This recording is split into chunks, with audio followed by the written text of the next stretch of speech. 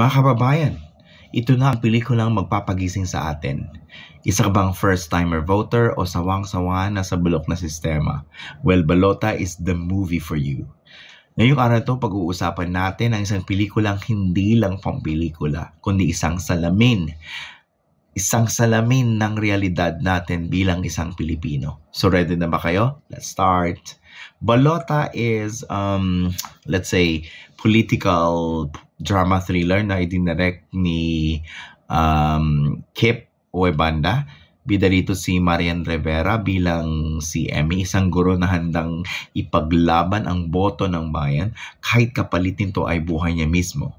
Kasama rin sa pelikula sina Will Ashley bilang Enzo, isang idealist, ang first-time voter. Si Royce Cabrera bilang SPO1 Morales, pulis na may hawak ng batas. O baka hawak din ng mas malalaking tao. Nico Antonio bilang Migs, ang epitome ng traditional politician. Kung alam mo, alam mo. Okay, guys, grabe tong movie na to. Hindi siya yung typical na heavy drama na paiyakin ka lang. Ito yung klaseng pelikula na pagkatapos mong panoorin, gusto mong lumabas at magprotesta. When it comes to acting, 10 out of 10. Si Marian Rivera, napakaangas. Ibang-iba ito sa mga roles niya noon. Yung galit, pagod, at takot niya as a teacher fighting for the truth. Ramdam mo sa buto. Si Will Ashley naman, surprise performance. Ang ganda ng arc niya bilang isang idealistang kabataan na nagising sa realidad.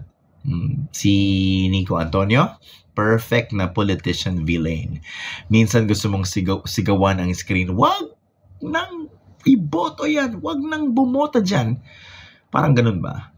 Kung lumaki kang nakakita ng vote buying, ano ba, intimidation at dayaan sa halalan, ramdam mong totoo ito.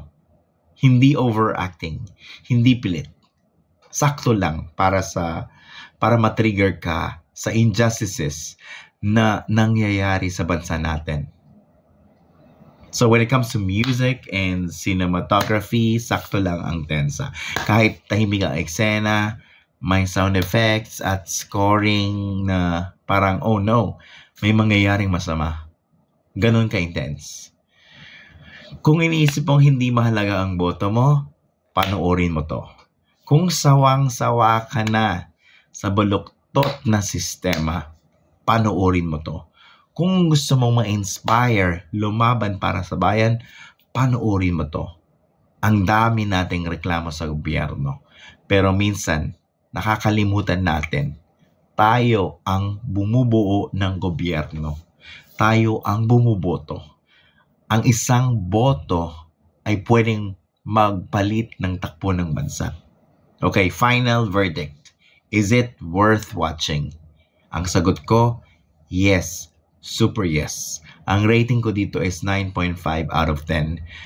Kasi gusto kong may part 2 pa. Balota is not just a film. It's a movement. A wake-up call. Isang malakas na sigaw para sa malinis na eleksyon at mas matinong bayan. Ikaw, ano sa tingin mo? Drop your thoughts sa comments. Anong part ng pelikula ang pinaka-tumagos sa'yo? May mga ganitong eksena rin ba sa lugar ninyo? Tara, pag-usapan natin. Don't forget to like, to share, and to subscribe para sa mas marami pang astig na movie reviews at reaction videos. Sa bawat balota, may pag-asa. Huwag nating sayangin. See you next time.